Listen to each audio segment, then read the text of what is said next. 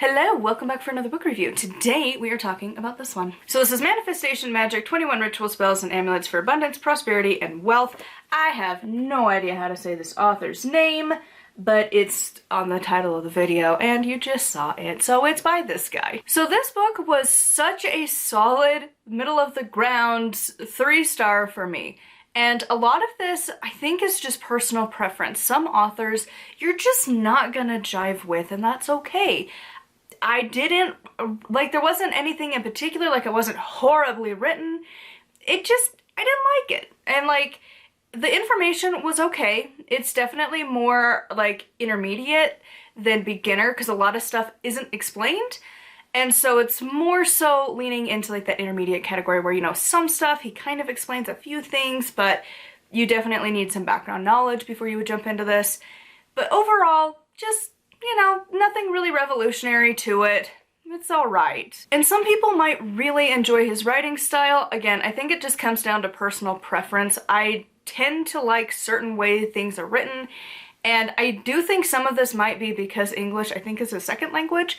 And sometimes when you learn English as your second language, like, the flow of sentences just comes across a little differently, which is fine. Like, there's nothing grammatically wrong with it.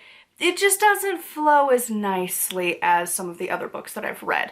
And it's a little more, like, again, almost like a pretentious thing of, like, using big sentences and big words and trying to kind of talk up, not quite to the level of the academics, but definitely a little above the average book. And that's not a bad thing. It's just not a personal preference of mine. And it just didn't have, like, the vibe, basically, that I like. And again, it's a personal preference. Like, there's nothing wrong with this book. I just didn't really care for it. There's some authors that's just gonna happen. You're gonna like some, and some you're just gonna be like, I mean, it's not bad. I just personally didn't really connect to it. And that's this book for me. Now, I will say towards the end of the book, I didn't like it for a few specific reasons.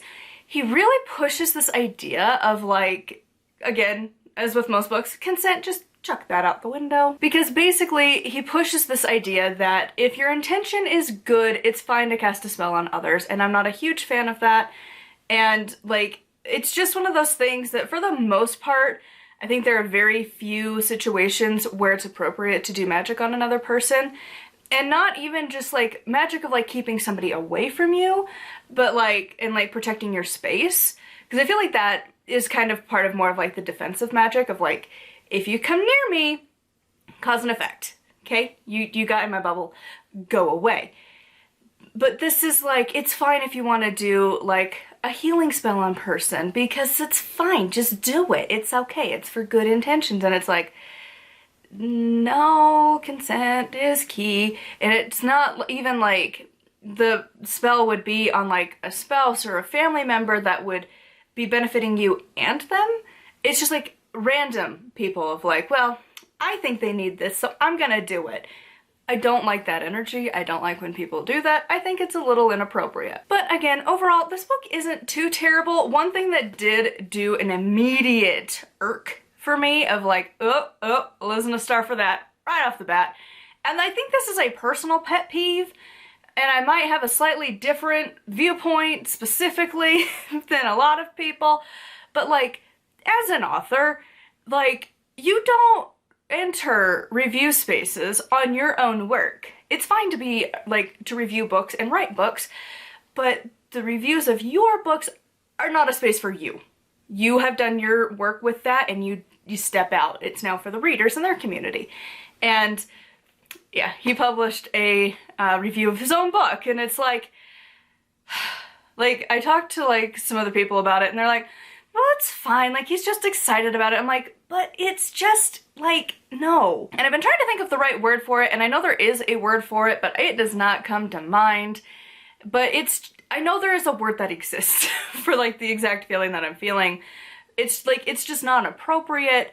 It's just kind of, like, I want to say it's trashy, but that's not the word, but it's somewhere kind of along those lines, where it's like, I mean, it's technically not wrong, but you shouldn't do that. And it's like, again, I get it. It's whatever. It's a personal pet peeve. But when an author does that, it gives off a very similar vibe to the people that kind of spam their reviews by having a, like, I don't think they do it as much, but it used to be a big problem with indie authors, self-published authors, where they would do like a giveaway of their latest book and like maybe some merch or something with it if you gave a 5-star review of their book. And so that was how you would enter. Can you see where that would become a problem?